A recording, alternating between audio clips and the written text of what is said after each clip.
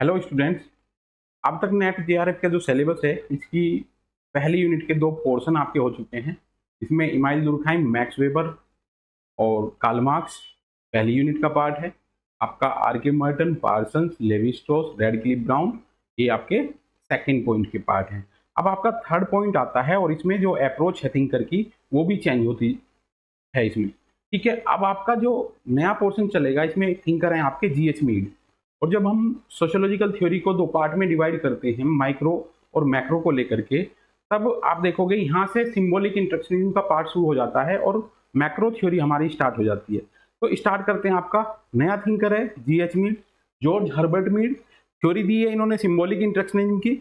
अभी अब जो कंटिन्यू आपकी क्लास होंगी वो माइक्रो अप्रोच को बिलोंग करने वाले थिंकर रहेंगे। जीएच मीड रहेंगे, आपके अल्फ्रेड शूट्स रहेंगे, एथनोमैथोलॉजी पढ़ाया जाएगा, हॉरल्ड गारफिंकल रहेंगे, कार्ल मैनहीम रहेंगे।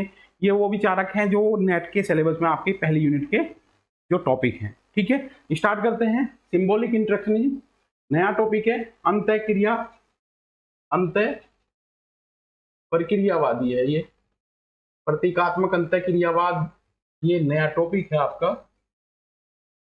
ठीक है, हर्मेनेटिक एंड इंटरप्रेटेटिव ट्रेडिशन यहाँ से स्टार्ट हो जाती है आपकी कि व्यक्ति के पॉइंट ऑफ व्यू से हम एक्ट की बात करेंगे, सोशल एक्ट की बात करेंगे और सोशल एक्ट आपके किस तरीके से सोसाइटी को कॉन्स्टिट्यूट करते हैं उन चीजों को लेकर के यहाँ बात की जाएगी। इंट्रोडक्शन का पार्ट है। यहाँ पे आप देखोगे जॉर्ज हर्बर्ट मीड की एक इंपॉर्टेंट बुक है आपकी, उसका ही ज्यादा जिक्र होता है, बट हमने आप देखोगे कि यहाँ पे स्टार्टिंग किया है तो हमने दो आपकी अप्रोच बताई है स्टडी करने के लिए। जैसा कि अभी मैंने आपको बताया, मैक्रो अप्रोच को फॉलो करते हैं Max Weber, Emile Durkheim, Pareto, Parsons. ये क्या है यहाँ पे पार्सन्स वगैरह, ये आपका जो फोकस करते हैं ये मैक्रो अप्रोच को करते हैं और सोसाइटी को एज ए यूनिट स्टडी करते हैं और जो इनकी स्टडी है वो पूरे सोसाइटी को फोकस करते हुए। दूसरी अप्रोच पे अगर हम जाएंगे माइक्रो, जिसकी आज हम शुरुआत करने जा रहे हैं, इसका जो पॉइंट ऑफ व्यू है वो जॉर्ज हर्बर्ट मीड है, शूट्स है, गार्फिंगल है, ब्लूमर है और सेंट्रल पॉइंट इसमें क्या है, व्यक्ति है।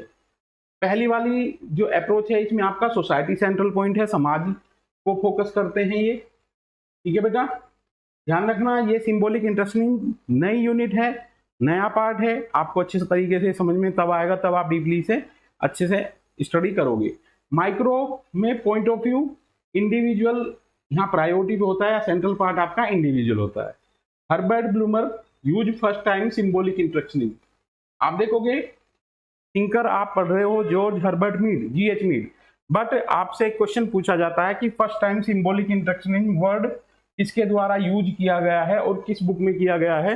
तो हर्बर्ट ब्लूमर जो कि मीड के शिष्य थे। ध्यान रखना बेटा, कभी कभी एक क्वेश्चन भी पूछा जाता है कि जॉर्ज हर्बर्ट मीड के शिष्य थे ब्लूमर, ये आपको पॉइंट आउट नोट रखना है। और इनके द्वारा सिंबॉलिक इंटरेक्शनिज्म दिया गया है। कौन सी बुक में दिया गया है? Symbolic interactionism perspective and method in 1969। ठीक है, article published in, first time इन्होंने एक पब्लिश किया आर्टिकल किस बुक में? Man and society. Man and society किसके द्वारा एडिट की गई थी? सुमित एमर्सन के द्वारा एडिट की गई थी और इस पे एक लेख लिखने की जो आग्रह किया गया था उनके द्वारा, उसमें सबसे पहले इनके द्वारा सिंबॉलिक इंटरेक्शनिज्म वर्ड यूज किया गया था। और इनकी बुक जिसमें कि सबसे पहले यूज किया गया है symbolic interactionism perspective and method 1969 में किया गया है। और इसके बारे में जो वर्ड है, इसके बारे में ब्लूमर का जो स्टेटमेंट है वो बड़ा इंटरेस्टिंग स्टेटमेंट है। इस शब्द के प्रयोग से प्रसन्न नहीं थे हर्बर्ट ब्लूमर। इस पर उन्होंने टिप्पणी करते हुए कहा है कि यह पद पहले मुझे थोड़ा बहुत फुअड़ और गवारू लगा, जिसका प्रयोग मेरे द्वारा सबसे पहले मैन एंड सोसाइटी पुस्तक में लिखे गए लेख में किया गया है। संयोगवश इसे लोग पसंद करने लगे। कभी कभी आप देखोगे किसी संस्था या सोसाइटी या कोई बड़े इंस्टीट्यूशन का नाम जो फाउंडर के द्वारा ऐसे ही रख दिया जाता है तो आगे वो प्रचलन में आ जाता है और वो जो ट्रेडिशन बन जाता है, आप देखोगे एक ब्रांड भी बन जाता है कभी कभी। तो सिंबॉलिक इंटरेक्शनिज्म आज आप सोसाइटी में आप पढ़ रहे हो, सोशियोलॉजी का एक इंपॉर्टेंट पार्ट है और इसमें कई थिंकर को आपको पढ़ना है। तो सिंबॉलिक इंटरेक्शनिज्म वर्ड जो यूज किया गया था वो हर्बर्ट ब्लूमर के द्वारा इस आर्टिकल में यूज किया गया था जो मैन एंड सोसाइटी में पब्लिश हुआ था और इसका संपादन सुमित एमर्सन के द्वारा किया गया है। इसके ओरिजिन के बारे में आपका ब्लूमर के ये थॉट थे। नेक्स्ट पॉइंट चलते हैं, social psychology, interest to understanding social development and how individual change in social individual. अब जो ये यूनिट आपकी चली है, ये थिंकर जो आपका पढ़ोगे आप, ये थिंकर जो आपका है, ये साइकोलॉजी वाले थिंकर भी काउंट हम कह सकते हैं। सोशल साइकोलॉजी का भी पोर्शन हम इसे बोल सकते हैं, सामाजिक मनोविज्ञान का भी पोर्शन हम इसे बोल सकते हैं। जब आप मीड को पढ़ोगे तो मीड ये कहता है कि सोसाइटी किस तरीके से कॉन्स्टिट्यूट होती है, उस चीज को लेकर के फोकस करता है। तो आप देखोगे society is the aggregate of social action, जो सभी सोशल एक्शन हमारे द्वारा होते हैं उनके द्वारा सोसाइटी कंस्ट्रक्ट होती है, बिल्डअप होती है। ये सेंट्रल थीम है आपकी जॉर्ज हर्बर्ट मीड की। ठीक है, नेक्स्ट चलते हैं बेटा, जॉर्ज हर्बर्ट मीड। जैसा कि आप देखोगे इंट्रोडक्शन आपका हो गया है, ब्लूमर का जिक्र हमने किया है। मीड की बुक्स आपकी बहुत इंपॉर्टेंट है और सबसे ज्यादा इंपॉर्टेंट बुक है आपकी माइंड, सेल्फ एंड सोसाइटी। इस बुक को फोकस करके पूरा टॉपिक हमें करना है, बट इसमें जो बुक है और उनका भी जिक्र हमने यहाँ पे किया हुआ है। The definition of cycle, social consciousness and consciousness of meaning. आप देखोगे इनसे सोशल कॉन्शियसनेस से ही खुद आपको ये टॉपिक सोशल साइकोलॉजी की तरफ जाता हुआ नजर आता है। The individual and social self, mind, self and society book है। इसमें सेल्फ को आइडेंटिफाई किया है, आई एंड मी का जिक्र किया है, और सोसाइटी में किस तरीके से कोई व्यक्ति एक्ट करता है और उन एक्ट के माध्यम से सोसाइटी किस तरीके से बिल्डअप होती है या क्रिएट होती है। तो ये इनका सेंट्रल पॉइंट है। द फिलोसफी ऑफ प्रेजेंट 1932 की बुक है। एसे ऑन सोशल साइकोलॉजी, ये भी 32 की आपकी बुक है। इनके बारे में ये कहा जाता है कि इनका जो ज्यादातर जो ये इनके नोट्स थे और इनकी मृत्यु के बाद इनके जो स्टूडेंट हैं उन्होंने इन्हें पब्लिश कराया था। तो ये एक इंपॉर्टेंट चीज है। ठीक है, इनकी बुक्स के बारे में और जो इंपॉर्टेंट थॉट थे रिगार्डिंग जो सोशल साइकोलॉजी, वो बुक के रूप में आपके सामने आज हम पढ़ रहे हैं। Movement of thought in 19th century, the philosophy of act, act किस तरीके से होता है। आप देखोगे आपने मैक्स वेबर को पढ़ा, सोशल एक्शन उनका पॉइंट था। पार्सन्स को पढ़ा। बेटा यहां पे समझने की बात यह है कि इनमें और मीड में क्या अंतर है। ये आपका सोशल पॉइंट ऑफ व्यू पढ़ते हैं, सोशल एस्पेक्ट की हम बात करते हैं, आउटसाइड ऑफ ह्यूमन बॉडी की बात करते हैं। बट जब हम मीड की बात करते हैं तो मीड ये कहता है कि सोशल एक्ट किस कंडीशंस में होता है और किस तरीके से इन्फ्लुएंस होता है साइकोलॉजी के द्वारा, माइंड के द्वारा। व्यक्ति का सोशलाइजेशन किस तरीके से होता है, व्यक्ति का डेवलपमेंट किस तरीके से होता है, आई मी में किस तरीके से कन्वर्ट करते हैं, सोसाइटी में किस तरीके से सोशलाइजेशन के प्रोसेस के थ्रू सोसाइटी में एक जो बच्चा है वो एक सामाजिक प्राणी में कन्वर्ट होता है। ये ही पूरी थ्योरी आपको जीएच मीड में आपको पढ़नी है। ठीक है, इसमें और इस एक्ट में पोर्शंस, ये अंतर ये है, ये मैक्रो अप्रोच है आपकी और ये माइक्रो अप्रोच है। इसे आप समष्टि बोल सकते हैं और इसे व्यष्टि बोल सकते हैं। ये भी क्वेश्चन आपके बहुत पूछे जाते हैं। ठीक है बेटा, चलते हैं आगे। कॉन्सेप्ट की बात आती है तो कुछ कॉन्सेप्ट आपके मीड के द्वारा दिए गए हैं। अग्रिम सामाजिकरण दिया गया है, सोशल बिहेवियरिज्म, सामाजिक व्यवहारवाद मीड के द्वारा दिया गया है। सामाजिक अंतःक्रियावाद, किस तरीके से व्यक्ति सोसाइटी में इंटरेक्शन करता है और ये इंटरेक्शन का पैटर्न कैसे है, वो खुद की नजरों में खुद को कैसा देखता है। यहाँ से कूले से इन्होंने ये इंस्पायर हैं और कूले की एक आपकी थ्योरी है लुकिंग ग्लास सेल्फ थ्योरी। इससे इन्होंने लेकर के ये चीज आपकी इंस्पायर लगती है और प्रभावित लगती है और जो थ्योरी है वो इसका बेस है। रिफ्लेक्सिव रोल टेकिंग किसी व्यक्ति के रोल को परफॉर्म करना आपका ये कॉन्सेप्ट है, मीड के द्वारा दिया गया है। जर्नलाइज अदर की अवधारणा मीड के द्वारा दी गई है। एक आपकी सिग्निफिकेंट अदर की significant other and generalized other, ये आपके कॉन्सेप्ट हैं जो अभी डिटेल में मैं आपको बताऊंगा। सेल्फ की बात की है, स्वयं अंतःक्रिया की बात की है, स्वयं के विकास की बात की है, development of self concept given by Mead, और प्रतीकात्मक से क्या मीनिंग है, ये भी मीड ने कॉन्सेप्ट दिए हैं। तो आप देखोगे सोशल साइकोलॉजी का पोर्शन मीड के द्वारा दिया गया है ये, और ये सभी कॉन्सेप्ट आपको नेक्स्ट इसमें अभी समझाए जाएंगे। प्रतीकात्मक अंतःक्रियावाद, सबसे पहले जॉर्ज सीमेल ने अंतःक्रिया के विश्लेषण पर जोर दिया है। ठीक है, आप देखोगे जब ब्लूमर ने इसे सिस्टमेटिक तरीके से यूज किया है, उससे पहले जॉर्ज सीमेल इसका जिक्र कर चुके थे। जॉर्ज हर्बर्ट मीड की प्रतीकात्मक अंतःक्रियावाद का सिद्धांत स्वयं पर आधारित है, सेल्फ पर आधारित है। अभी सेल्फ को भी जिक्र करेंगे। कोजर ने एक बात कही है कि आधुनिक प्रतीकात्मक अंतःक्रिया के निर्माण में मीड का योगदान है।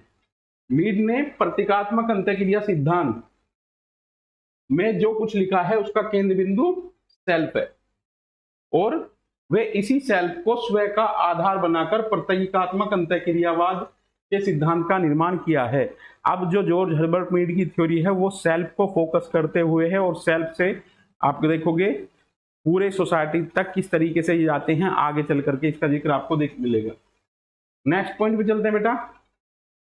जॉर्ज हर्बर्ट मीड का सिद्धांत दार्शनिक और मनोवैज्ञानिक अधिक है in comparison then sociological point of view से, लेकिन मीड ने ब्लूमर के समाजशास्त्र, दर्शनशास्त्र और सामाजिक मनोविज्ञान सिद्धांत का संगम प्रस्तुत किया है। जॉर्ज हर्बर्ट मीड की अधिकांश लेखन सामग्री उनकी मृत्यु के उपरांत गुरुत्तरदायित्व मीड के शिष्यों द्वारा निभाया गया है। उनकी लोकप्रिय पुस्तक mind, self and society, focus रखना बेटा, माइंड, सेल्फ एंड सोसाइटी, किस तरीके से हमारा माइंड थॉट बिल्डअप करता है, उससे हमारा सेल्फ बनता है, स्वयं का आइडेंटिफिकेशन होता है सोसाइटी में।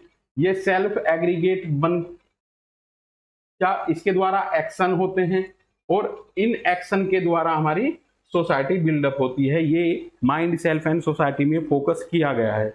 अब यहाँ पे दिया है इस सिद्धांत के 4 मुख्य अवधारणाएं दी गई हैं माइंड, सेल्फ एंड सोसाइटी में। स्वयं दिया है, सेल्फ क्या होता है, सेल्फ इंटरेक्शन दिया है, डेवलपमेंट ऑफ सेल्फ दिया है, और प्रतीकात्मक अभिप्राय दिया है। इसमें मीड के द्वारा माइंड, सेल्फ एंड सोसाइटी में। अब स्वयं क्या है, इस चीज का फोकस किया गया है। स्वयं क्या है,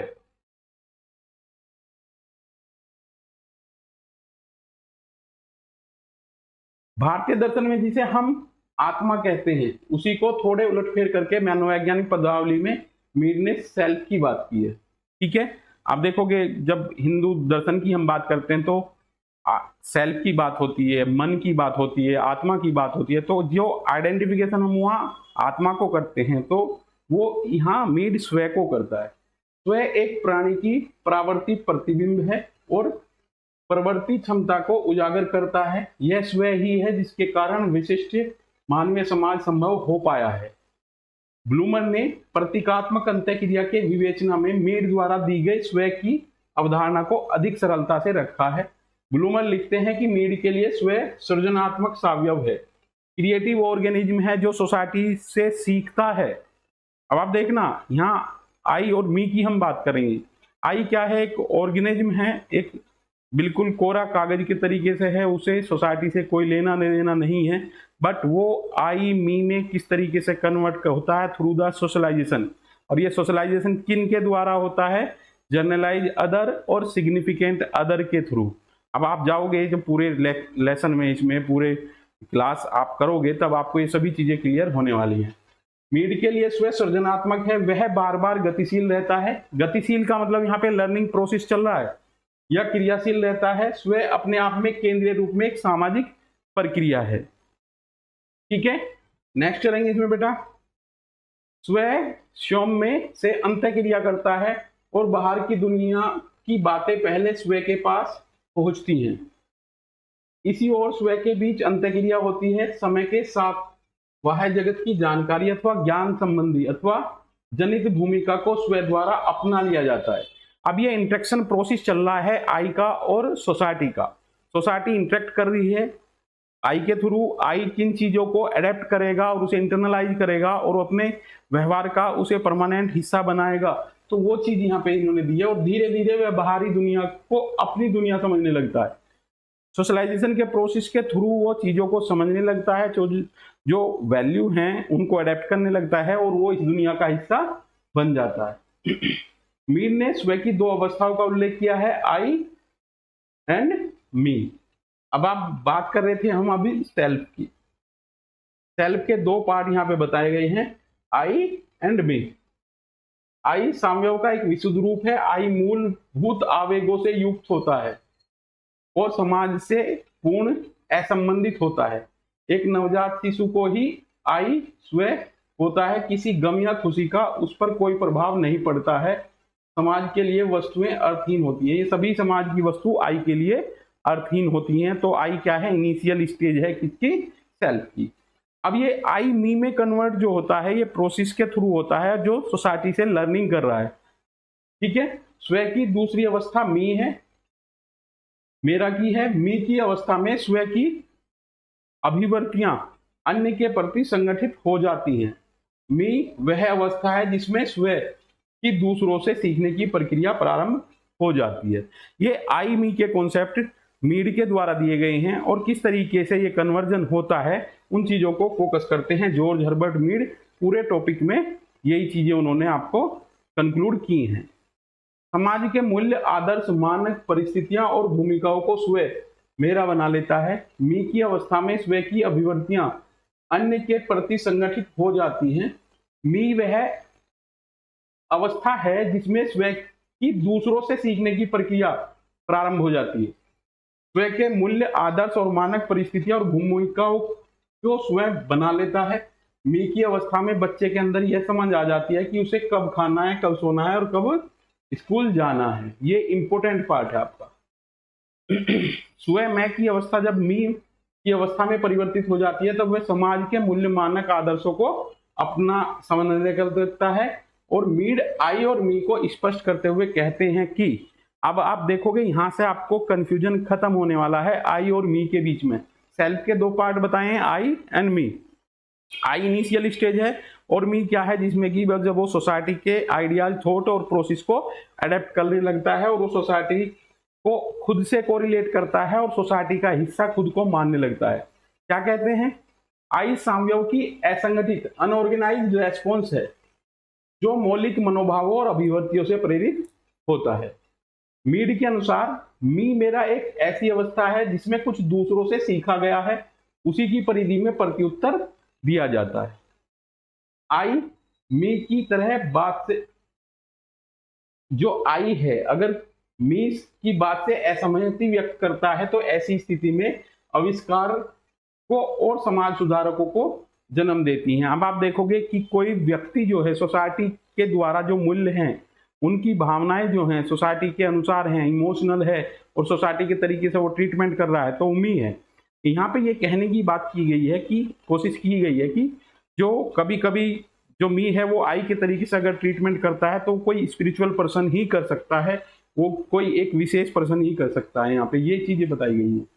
सेल्फ अपने मूल रूप में आई में होता है। इसे आई का मी की अवस्था में बदलाव ही मनुष्य का सामाजिकरण कहलाता है। आई मी में कन्वर्ट होता है। आई एक आपका शिशु है, बच्चा है जो सामाजिक नहीं है, बट ये थ्रू द सोशलाइजेशन की प्रक्रिया में क्या होता है कि एक बच्चा क्या चीजें कर रहा है? अडेप्ट वैल्यू, जो सोसाइटी की वैल्यू है इनको अडेप्ट कर रहा है। कैसे सोचना है, कैसे खाना है, कैसे पीना है, उन चीजों को अडेप्ट करके ये मी बन जाता है। और ये किसके द्वारा कंप्लीट होता है? सोशलाइजेशन की प्रक्रिया के द्वारा। ठीक है बेटा, नेक्स्ट चलते हैं। पहला टॉपिक था आपका, जो 4 टॉपिक इन्होंने जिक्र किए हैं उनमें से पहला टॉपिक आपका वह है दूसरा सेल्फ इंट्रैक्शन है। सेल्फ इंट्रैक्शन जब समाज के मूल्य, मानक, परिस्थिति, भूमिका आदि स्वयं में प्रवेश कर लेते हैं तब दोनों के मध्य अंतःक्रियाएं होती है, इंट्रैक्शन होता है। क्या चीजें अडेप्ट करनी है, क्या नहीं करनी, इन चीजों को लेकर के इंट्रैक्शन होता है। ठीक है। और वह जगत के बीच चलते रहने वाली अंतःक्रिया के परिणाम स्वरूप नए प्रतीकों का अर्थ मिलता है। सिंबल को किस तरीके से वो इंटरनलाइज करेंगे। आप देखोगे सोसाइटी क्या है? कॉम्प्लेक्स है। हर सोसाइटी में गेस्चर, पोस्चर के अलग अलग मीनिंग हैं और उन मीनिंग का जो इंटरप्रिटेशन करेंगे वो सोसाइटी के अकॉर्डिंग करेंगे, जो सोसाइटी के थ्रू हमने मूल्यों का इंटरनलाइजेशन किया है। अंतःक्रिया के दौरान स्व के कोष में प्रतीकों की संख्या में वृद्धि होती है। जो सोशलाइजेशन के बाद अंतःक्रिया जो हो रही है, जो अंतःक्रिया व्यक्ति बच्चा जो है वो सोसाइटी से कर रहा है, तो उसका शब्दकोश जो है, शब्दकोश, उसके मीनिंग, उसकी नॉलेज बढ़ रही है। यहाँ इन प्रतीकों के अनुसार ही स्वयं अपनी भूमिका अदा करता है। रोल प्लेइंग जो करता है वो इन प्रतीकों के अकॉर्डिंग ही करता है जो सोसाइटी से उसे देखने को मिले हैं। थर्ड पॉइंट है इसका, स्वयं का विकास, डेवलपमेंट ऑफ सेल्फ। किस तरीके से होता है? जॉर्ज हर्बर्ट मीड ने स्वयं के विकास को अनेक विधियों से स्पष्ट किया है।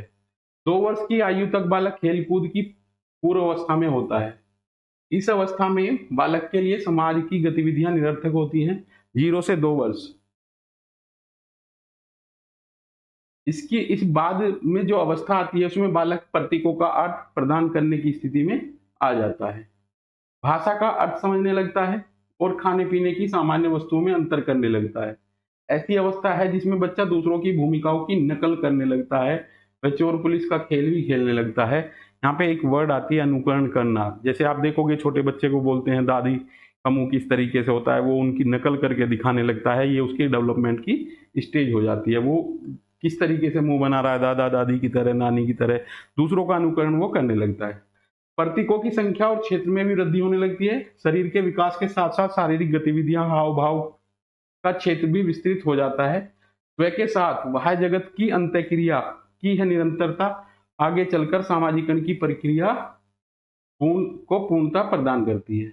अब यहाँ पे आप देखोगे कि कुछ इंपॉर्टेंट टर्म यूज जो हुई हैं आपकी मीड के थ्रू, उसमें से क्वेश्चन आपके पूछे जाते हैं और आपसे जो क्वेश्चन पूछे जाएंगे उनमें ये जनरलाइज अदर, सिग्निफिकेंट अदर और मीड के द्वारा सोशल एक्ट किस तरीके से परफॉर्म होता है। अभी हायर एजुकेशन का जो आपका असिस्टेंट प्रोफेसर की परीक्षा हुई है उसमें क्वेश्चन है किससे सेलेक्ट होकर के आया था। क्लास के एंड में मैं उन चीजों का डिस्कस करूंगा। सिंबॉलिक मीनिंग, प्रतीकात्मक, प्रतीकों का अर्थ किस तरीके से बच्चा समझेगा, उन्हीं चीजों को समझाने की यहाँ बात चल रही है। अति सामान्य अर्थ में कई क्रिया वस्तु जो किसी अन्य क्रिया वस्तु से विचार का प्रतिनिधित्व करती है, प्रतीक कहलाती है, सिंबल कहलाती है। सिंबल हमारी सोसाइटी में बहुत होते हैं और उन सिंबल का किस तरीके से हम अर्थ लगाएंगे, ये सोसाइटी के द्वारा जो हमें वैल्यू और सोशलाइजेशन की प्रक्रिया हुई है, वैल्यू एडेप्टेशन किया है, फैमिली मेंबर से क्या सीखा गया है, फ्रेंड सर्किल से क्या सीखा गया है, तो उन प्रतीकों का हम उस तरीके से इंटरनलाइजेशन करते हैं और उसी तरीके से उनका अर्थ लगाते हैं। मीड द्वारा इशारा या संकेत, गेस्चर की परिभाषा में प्रतीक का अर्थ को लिया गया है। प्रतीक एक प्रकार का संकेत है। यह संकेत व्यवहार, प्रदर्शन, भाषा, लिपि, अंग प्रदर्शन, साहित्य, बोलचाल आदि विभिन्न क्षेत्रों में दिखाई पड़ते हैं। मीड संकेत को परिभाषित करते हैं। संकेत ऐसे तत्व हैं जिन्हें स्वयं ने अंतरस्थ कर लिया है। ठीक है, संकेत ऐसे तत्व हैं जिन्हें स्वयं ने अंतरस्थ कर लिया है। संकेत एक समान अर्थ के प्रतीक हैं। अमुक संकेत का अर्थ समाज के सभी सदस्य एक समान लेते हैं। समाज के लोग जानते हैं कि आंख लाल पीली करने का अर्थ क्रोध है और आंखें फेर लेने का मतलब उपेक्षा है। आप देखोगे व्यवहार को किस तरीके से हम इंटरनलाइज करते हैं, व्यवहार हमारा किस तरीके से प्रभावित होता है, क्या गेस्चर पोस्चर के मीनिंग होते हैं, सोसाइटी के द्वारा हम किस तरीके से हम सीखते हैं। सीखने की इस प्रक्रिया को ही जॉर्ज हर्बर्ट मीड अपनी थ्योरी का मुख्य हिस्सा मानते हैं, बनाते हैं उसे, और ब्लूमर जो आते हैं वो इनके कॉन्सेप्ट को थोड़ा और आगे लेकर के जाते हैं। नेक्स्ट पॉइंट है बेटा इसमें, मीड कहते हैं कि स्वयं का विकास दूसरों की भूमिका को अपना लेने से होता है। ठीक है, सामाजिक क्रिया एवं संरचना के लिए भाषा की सबसे महत्वपूर्ण तत्व माना है मीड ने। सामाजिक क्रिया और संरचना के लिए भाषा को सबसे महत्वपूर्ण तत्व माना है। लेवी स्ट्रॉस की लैंग्वेज है, थोड़ी सी देख लेना बेटा, लेवी स्ट्रॉस को आपने पढ़ा है अच्छे से। मीड ने अपनी कृतियों में व्यक्तित्व और समाज के बीच संबंधों को देखा है। उनका कहना है कि व्यक्ति के लिए समाज सबसे ऊपर है।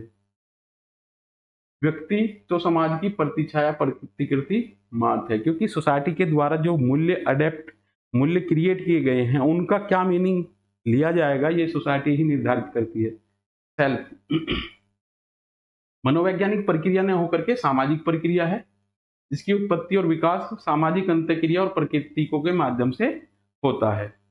व्यक्ति का स्वयं, सेल्फ, किसी भी निष्क्रिय कभी भी निष्क्रिय नहीं है, वह तो बारंबार सक्रिय है, सृजनकारी है, क्रिएटिव है, सोसाइटी के द्वारा इंटरेक्शन हो रहा है और सोसाइटी से वो सीख रहा है। उसके पास स्वयं अंतःक्रिया की ऐसी पद्धति है जिसके द्वारा वह स्वयं अपनी गतिविधियों को निर्धारित करता है। ये जॉर्ज हर्बर्ट मीड का स्टेटमेंट है रिगार्डिंग द सोशलाइजेशन ऑफ आई। जब आई मी में परिवर्तित हो जाता है तो उसके स्वयं सेल्फ का विकास हो जाता है। आई मी में किस तरीके से कन्वर्ट होता है? Through the socialization, internalization of the symbol, gesture, posture, हाव भाव, उनके मीनिंग को इंटरनलाइज करना और रोल प्लेइंग करना अकॉर्डिंग टू सोसाइटी। समाज व्यक्ति से पहले है, न कि व्यक्ति अथवा व्यक्तियों के अर्थ के समझ में।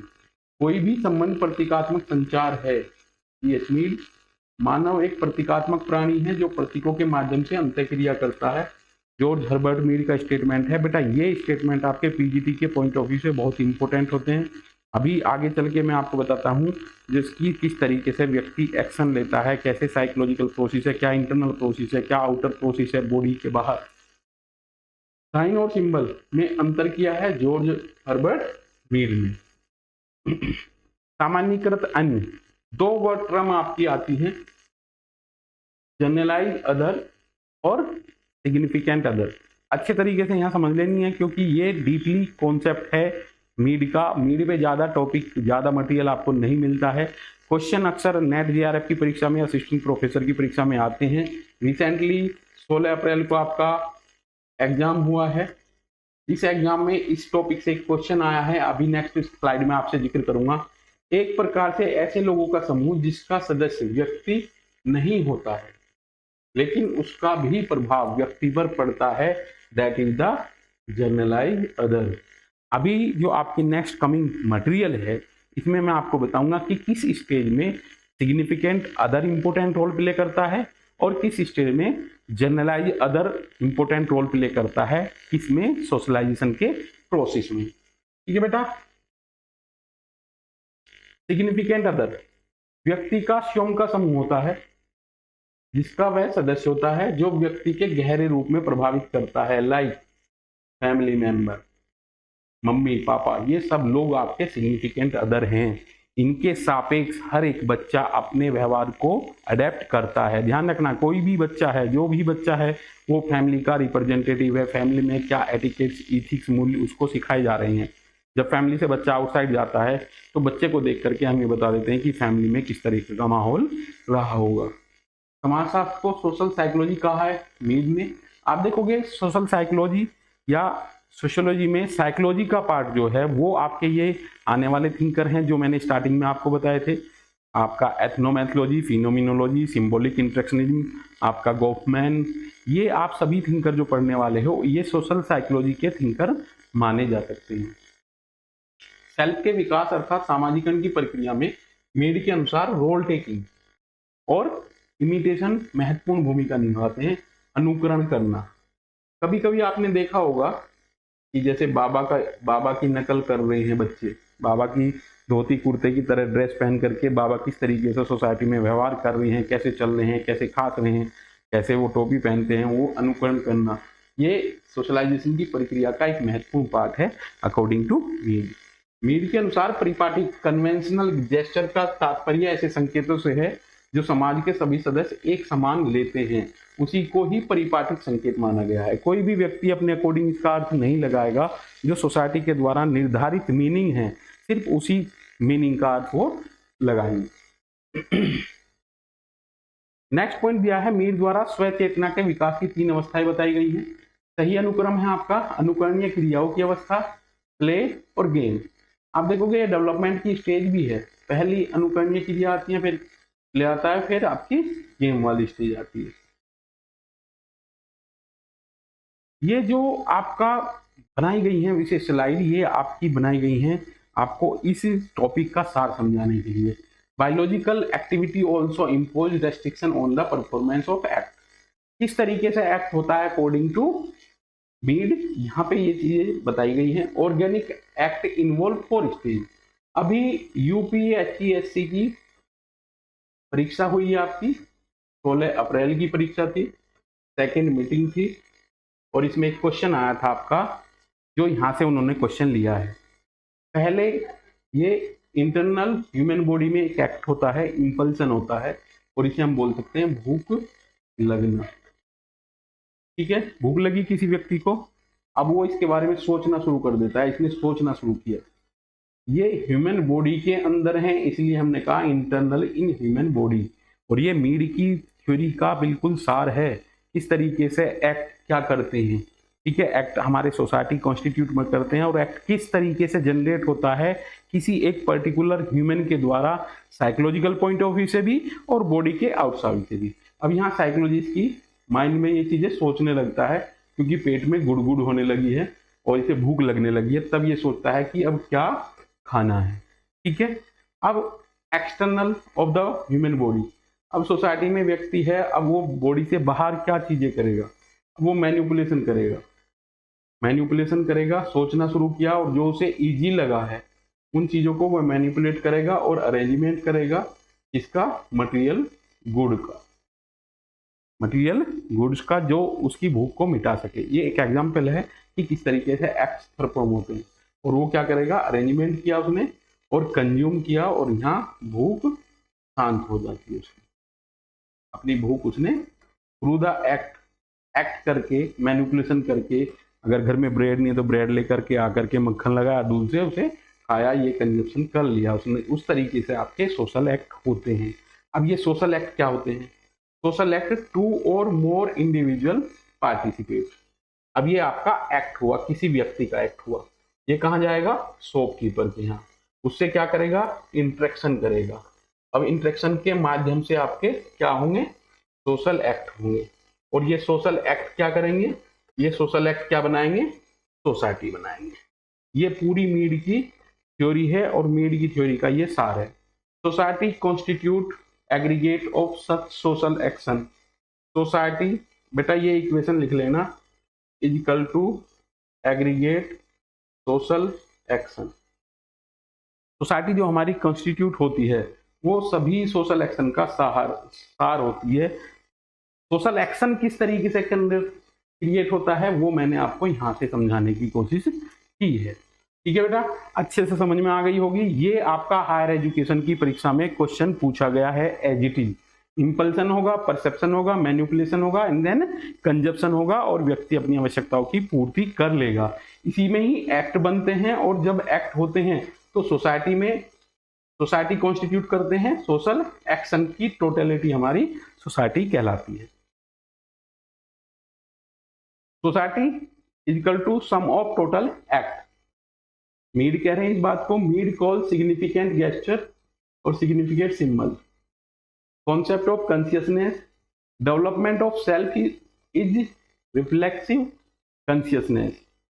सेल्फ क्या है? A person self constitute of on thought about the unified goal of his or her body, emotions, thought and action. Private world है ये उसका निजी है, जहां वो सोचने की प्रक्रिया कर रहा है। कूले की थ्योरी से प्रभावित थे। कूले की थ्योरी आती है लुकिंग ग्लास सेल्फ थ्योरी। ठीक है, द सोशल ऑर्गेनाइजेशन सक्सेस और फेलियर। ठीक है, आप देखोगे कि लुकिंग ग्लास सेल्फ थ्योरी ये कहती है कि किस तरीके से व्यक्ति अपने आप को सोसाइटी में देखता है। अब आप देखोगे कि उसका खुद का परसेप्शन जो है वो आइडेंटिफाई करता है कि सोसाइटी किस तरीके से तुम्हें देख रही है। सपोज दैट कोई बच्चा जेआरएफ की तैयारी कर रहा है, उसका जेआरएफ हो जाता है, आप देखना उसका जो परसेप्शन है रिगार्डिंग द सेल्फ, अपने प्रति, एक सोसाइटी में उसे एक प्रेस्टिजियस पॉइंट ऑफ व्यू से खुद को देखने लगता है कि सोसाइटी इस तरीके से मुझे देख रही होगी। ये लुकिंग ग्लास सेल्फ थ्योरी है, सीएच कूले की है। The social self theory, Mead, role playing और सोशल इंटरेक्शन। ठीक है, self, body, emotions, thought of action, mind, self and society book है आपकी। इसमें इन्होंने इन सब चीजों का जिक्र किया है। Self, body, emotions and thought of action. Constantly change किस किस चीज में आता है बेटा? 0 से 2 ईयर रिफ्लेक्सिव स्टेज है। ठीक है, 2 ईयर, 2 से 7 ईयर।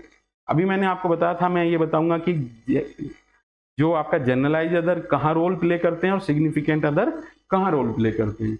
2 से 7 साल की जो अवस्था है, प्ले स्टेज बोला है। Value adapted by significant other, यहाँ पे आपके फैमिली मेंबर हैं, उनके द्वारा दिए गए जो मूल्य हैं, उनके द्वारा दिए गए व्यवहार के तरीके हैं, वो आपके डोमिनेंट होंगे 2 से 7 ईयर। क्लोजली किससे होते हैं? मदर फादर से, ब्रदर से, सिस्टर से, तो यहाँ पे उनसे सीखते हैं। एक प्रोसेस और इसमें इंक्लूड हो जाता है कि वो आउटसाइड कम जा रहा है, यहाँ पे किनकी पकड़ में है, जिनकी पहुंच में है वहां से वो वैल्यू एडेप्ट करेगा। 7 साल से आगे जो गेम स्टेज है, इसमें जनरलाइज अदर ज्यादा इंपॉर्टेंट रोल प्ले करते हैं। आप देखोगे कि वो आउटसाइड गया है, जिस ग्रुप का वो मेंबर नहीं है उनसे भी वो सीखने की प्रक्रिया कर रहा है। तो जनरलाइज अदर जिसका वो मेंबर नहीं है और सिग्निफिकेंट अदर जिसका वो मेंबर होता है, उनके द्वारा उसका व्यवहार जो है वो इन्फ्लुएंस हो रहा है। ठीक है बेटा, उम्मीद है कि आप लोगों को बढ़िया तरीके से जीएच मेरी समझ में आया होगा। सोशल साइकोलॉजी का इंपॉर्टेंट पार्ट है, इससे रिलेटेड जितने भी क्वेश्चन है वो नेक्स्ट वीडियो में मैं आपको लिए लेकर के आऊंगा। Thank you.